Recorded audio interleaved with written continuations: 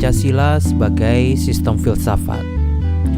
Pancasila sebagai sistem filsafat membahas keterkaitan antara nilai-nilai Pancasila sebagai suatu sistem nilai.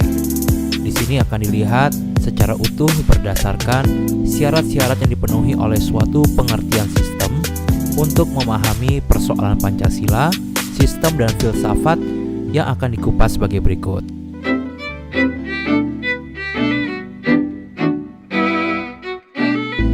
Yang pertama mengenai pengertian sistem. Menurut Shore dan juga Foy tahun 1974 bahwa sistem memiliki beberapa ciri. 1. Suatu kesatuan bagian-bagian. 2. Bagian-bagian tersebut punya fungsi sendiri-sendiri. 3. Saling berhubungan dan saling ketergantungan. 4. Untuk mencapai tujuan tertentu, dan yang kelima, terjadi dalam suatu lingkungan yang kompleks.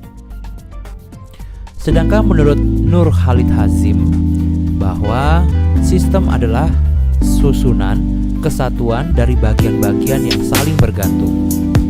Bila dikaitkan dengan Pancasila, maka sistem ini memiliki beberapa nilai Pancasila. Yang A, Pancasila bersifat organis. Artinya bahwa Pancasila berasal dari hakikat dasar ontologis manusia sebagai pendukung inti sila-sila Pancasila, yaitu terdiri dari unsur, sifat, dan kedudukan kodrati manusia sebagai makhluk Tuhan yang berdiri sendiri. Yang B, Pancasila bersifat hierarkis dan piramidal. Artinya, sila-sila Pancasila menunjukkan suatu urutan tingkatan, baik dalam luas dan isi negara, bahwa hakikat sila-sila Pancasila adalah Tuhan, manusia, satu, rakyat, dan adil. C. Rumusan Pancasila saling mengisi dan mengualifikasi.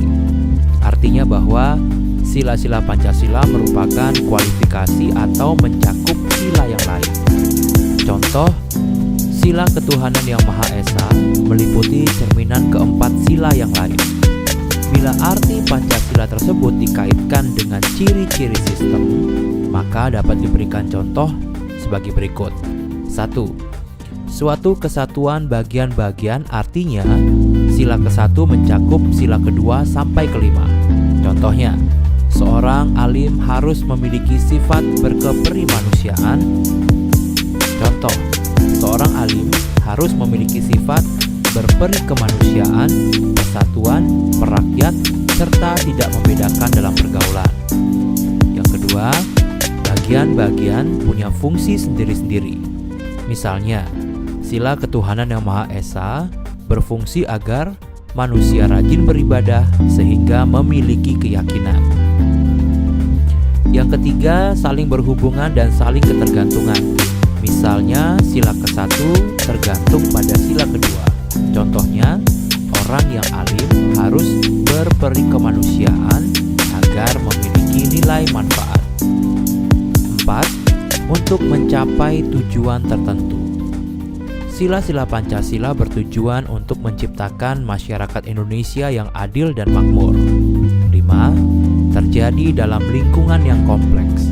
Misalnya, Pancasila dapat dibedakan kepada seluruh rakyat Indonesia yang pluralis.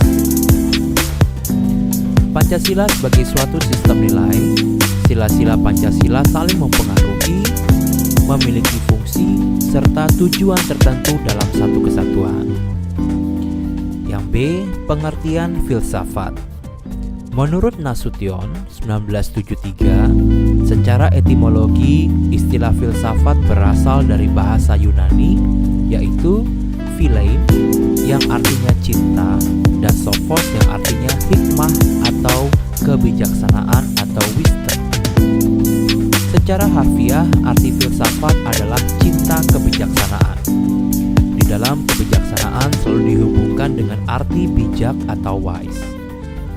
Artinya, kebijaksanaan dilakukan oleh orang yang baik, bijak, atau adil.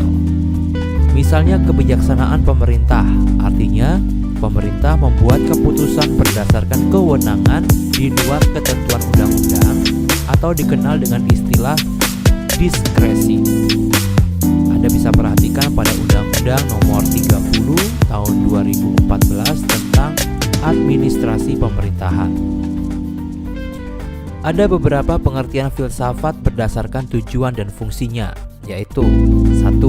Pengertian filsafat dalam arti filsafat hukum menurut Surjono Sukamto. Yang A. Perenungan dan perumusan nilai-nilai. Yang B. Penyerasian nilai-nilai.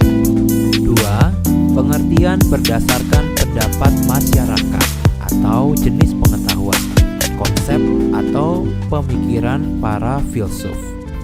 Yang A. Filsafat materialisme, yaitu bahwa dalam hidup yang esensial adalah materi. B. Filsafat rasionalisme, yaitu kebenaran pengetahuan adalah rasio. C.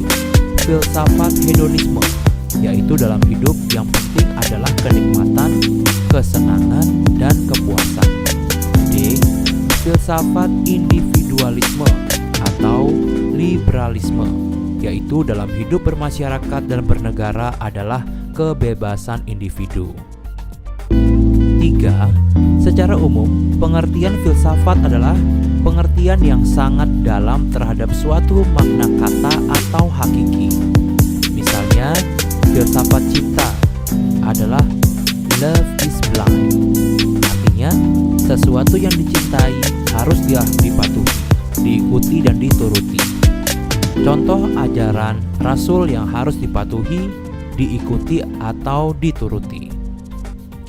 Filsafat yang keempat, filsafat dalam arti suatu jenis problema yang dihadapi masyarakat, yaitu manusia mencari suatu kebenaran yang timbul dari persoalan yang bersumber pada akal manusia. 5. Filsafat sebagai proses. Artinya, filsafat adalah suatu bentuk aktivitas berfilsafat. Contoh aktivitas berfilsafat yaitu kegiatan menyerasikan nilai-nilai di masyarakat, misalnya nilai kesejahteraan dengan nilai kemiskinan. Ada beberapa cabang filsafat yaitu A. Metafisika meliputi bidang ontologi, kosmologi, dan antropologi. Yang B. Epistemologi atau hakikat pengetahuan. C. Metodologi. D. Logika berkaitan dengan dalil-dalil dan rumus berpikir yang benar. E. Etika atau moralitas. F. Estetika, hakikat keindahan. Dari cabang-cabang filsafat ini kemudian lahir berbagai macam aliran filsafat. C. Dasar-dasar filsafat. Dasar mempelajari filsafat meliputi 3 bentuk. 1. Dasar ontologis. 2. Dasar epistemologis. 3. Dasar aksiologis. Menurut Herimanto, secara ontologi, filsafat dilihat dari objek filsafat, yaitu apakah objek memenuhi syarat objek formal dan material yang jelas. Misalnya, secara ontologi bahwa Pancasila dalam arti filsafat yaitu melihat arti Pancasila sebagai sistem filsafat, sifat Pancasila, serta objek Pancasila dapat diidentifikasi. Sedangkan secara epistemologi, hakikat filsafat adalah melihat makna Pancasila secara mendalam, yaitu memiliki metode yang jelas, deduksi, induksi, serta eduksi. Contoh, nilai ketuhanan secara deduksi meliputi keempat sila yang lain. Aspek aksiologi, apakah memiliki nilai guna? Misalnya Pancasila memiliki nilai teoritis, konsep, dan hukum. Menurut Notonegoro 1975, hakikat Pancasila secara ontologi objeknya adalah manusia, yaitu rakyat Indonesia. Menurut Abdul Ghani 1986, Pancasila secara filsafat telah menjadi ideologi. D. Tujuan filsafat adalah untuk mencari nilai-nilai yang bersifat fundamental atau radik, sistematika, serta menyeluruh atau universal. Dengan demikian, Bila Pancasila dan kewarganegaraan dikaitkan dengan tujuan filsafat, maka pendidikan Pancasila dan kewarganegaraan tujuannya dibagi ke dalam 3 tujuan, yaitu 1. Tujuan fundamental Pancasila, yaitu sebagai sumber hukum, pandangan hidup, kesadaran, dan cita-cita hukum serta cita-cita moral bangsa dan negara Indonesia. 2.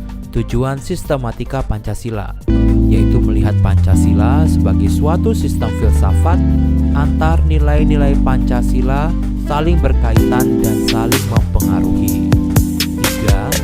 Tujuan universal Pancasila, yaitu nilai Pancasila baik secara objektif dan subjektif dapat diterima serta dapat dilaksanakan oleh masyarakat Indonesia. Tujuan filsafat Pancasila adalah agar warga negara Indonesia memiliki kesadaran bahwa Pancasila adalah pandangan hidup, ideologi, serta sumber hukum. Pelaksanaan nilai Pancasila tidak dapat dipisahkan satu sama lain karena bersifat fundamental, sistematika, dan universal.